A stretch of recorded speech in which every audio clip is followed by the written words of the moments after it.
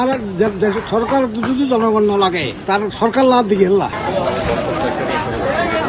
কক্সবাজারের সমিতিপাড়া এলাকাত মানুষজন ইতারার ভিড়ের রক্ষার দাবিত সড়কত নামি আন্দোলন করছে। সেপ্টেম্বরের 11 তারিখ 1-2 ঘন্টা যাবৎ রাস্তা অবরোধ করি তারা এই আন্দোলন গান করে।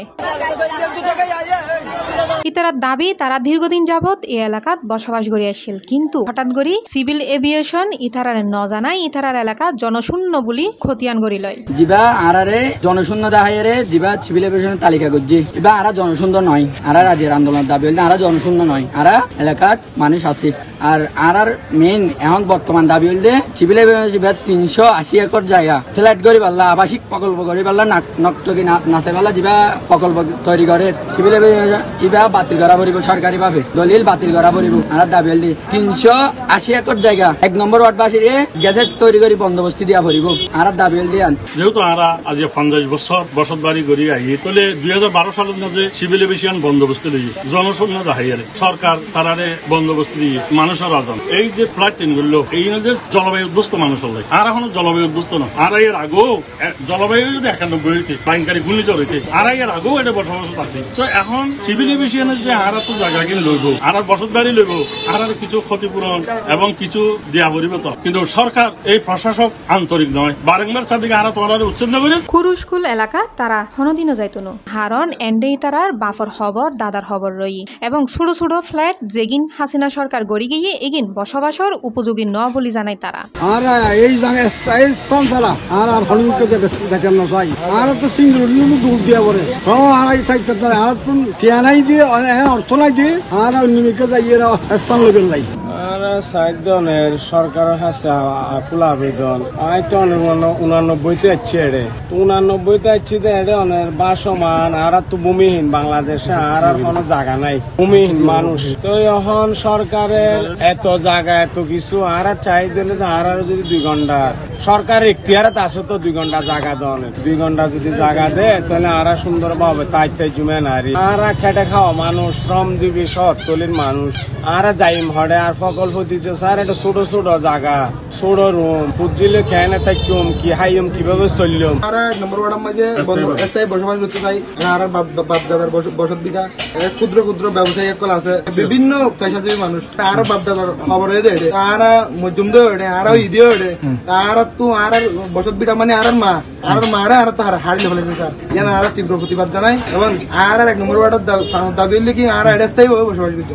কিন্তু জেলা প্রশাসক হর ভিন্ন হতা ইতারারে উচ্ছেদ ন বরং পুনর্বাসন করা। 4000-এরও বেশি ফ্ল্যাট ইতোমধ্যে নির্মিত হয়েছে এবং সেখানে কিন্তু এখন রেডি। সরকার তাদেরকে ওখানে পুনর্বাসনের লক্ষ্যেই যারা অগ্রাধিকার পাওয়ার উপযুক্ত তাদেরকে চিহ্নিত করা মূলত উদ্দেশ্য। সেই কারণে একটা তালিকা প্রণয়নের নির্দেশনা আমরা পেয়েছি। আগে যে ঘটনাটি আপনারা জানেন যে গত এবছরের শুরুর দিকে আমাদের স্থানীয় ওই এলাকার যারা গণ্যমান্য ব্যক্তি আছেন তারা এসেছিলেন, তারা সরকারের কাছে জানিয়েছেন যে এর আগে যে তালিকাটি ছিল সেগুলোটা ছিল বায়াস এবং সেটার মধ্যে পক্ষপাত দুষ্ট ছিল এবং তারপরে সরকার সেটিকে বিবেচনা করে তাদের সবকিছু পেয়ে তারপর সেটি কিন্তু বাতিল করা হয় এবং স্থানীয় জনগণের আলোচনার প্রেক্ষিতে এবং তাদের চাহিদার প্রেক্ষিতে। এরপরে আলোচনা উঠেছিল যে কিভাবে এই তাহলে আমরা একটি আনবায়াস একটি তালিকা প্রণয়ন করতে পারি যাতে উপযুক্ত যারা ব্যক্তি যারা উপকারভোগী হতে পারেন তাদেরকে কিভাবে চিহ্নিত করা যায়। তো তারপর সেখানে তাদেরই পরামর্শে আমরা কমিটিতে অন্তর্ভুক্ত করার প্রস্তাব দিয়েছি, তাদেরকে অন্তর্ভুক্ত করা হয়েছে এবং তাদেরকে আমরা কমিটিতে অন্তর্ভুক্ত করার পর তাদের সাথে অনেকবার মিটিং হয়েছে এবং এই প্রথমবারের মতন তালিকাটি যাতে আনবায়াসড হয় এবং তাদের প্রতিনিধিত্ব যাতে থাকে সেটি নিশ্চিত করা হয়েছে। পরবর্তীতে তাদের সাথে সহযোগিতা এবং তাদের সাথে আলোচনার প্রেক্ষিতে তারা বলেছেন যে স্যার আমরা এখন তালিকা প্রস্তুত করতে রেডি। সে প্রেক্ষিতেই আমাদের যাওয়া একটি তালিকা প্রস্তুত একটি সুমারির মতন কাজ। সেখানে যে কেবলমাত্র কিছু ঘরবাড়ির কিছু তার আয়ের উৎস বা তার আয়ের যে পরিমাণ যাতে করে তার কোনো প্রতিবন্ধী শিশু আছে কিনা পরিবার, এই একটি কোয়েশ্চেনিয়ার যেটি আদৌ মতন জনশুমারির মতন কিছু তথ্য নিয়ে একটা তালিকা প্রস্তুত করার একটি প্রক্রিয়া।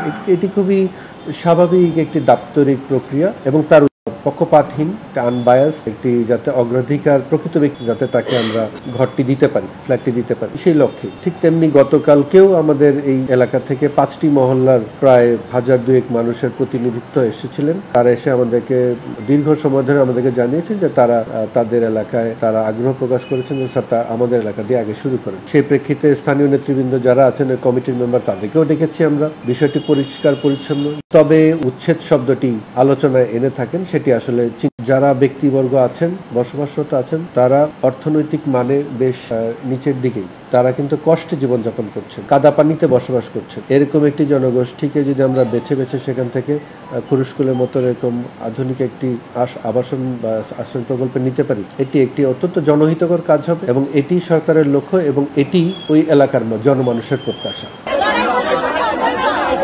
C+ TV, Chittagong.